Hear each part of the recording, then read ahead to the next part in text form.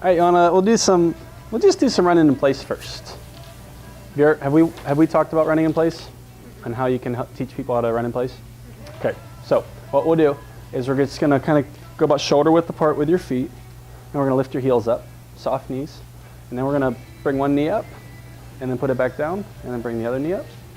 So first you just kind of teach people just lifting the knees and while balancing. So that's gonna get the calves and the ankle stabilizers warmed up, and also teach the movement. So now you can bend the elbows, and the knee that's going up, you're going to drive that elbow back. And that'll help to counterbalance your body. Kind of like when you're running, you have the alternating arm with the leg. So it's the same thing. And then once you get the movement down, you can start going a little bit faster.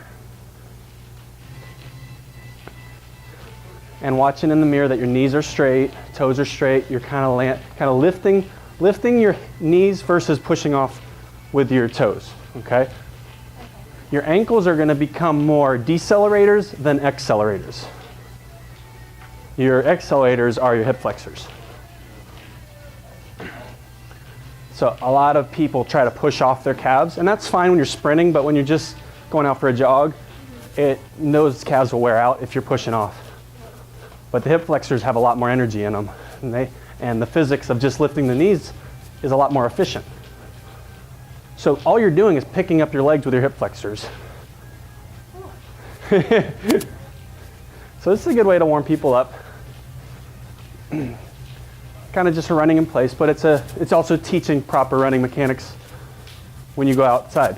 So the only difference between running here and running outside is you fall forward.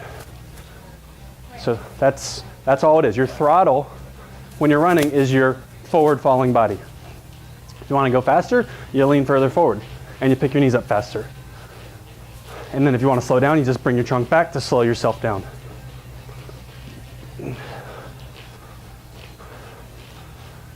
Calves warming up? Yep. Good. And that's the thing is, your calves, if you're propelling your body with your calves, the calves are concentric accelerators. But if you're decelerating your body weight with landing, using the calves to land and dissipate the forces, you're making the calves start from a shortened position and lengthen. So they're decelerating and lengthening. So they're eccentrically loaded, which therefore makes them capable of producing more force. Remember, we've talked about negatives being more powerful. So if you keep your heel up and then load up that calf, you're kind of shortening the calf and then asking it to produce force while it lengthens, versus propelling from that heel down to up. So you're not stretching the calf out and accelerating. If you were accelerating with a calf, that the muscle can't produce as much force.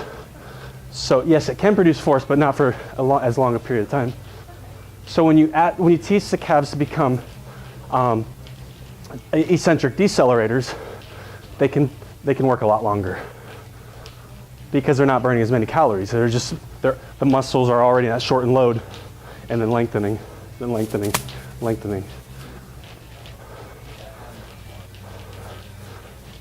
Burning? Mm-hmm. Good. And now going to the arms. The rationale for the arms rotating is if you watch my trunk, if I keep my arms, look what my trunk does. My trunk kind of rotates, but if I get the arms going, my trunk, it stabilizes that rotation. So my spine's not being torqued on. Yeah, so your spine's not getting that constant rotational component. It's a good 5 minutes of this, you'll definitely be warm. I used to have treadmills here and ellipticals. I had a treadmill and an elliptical.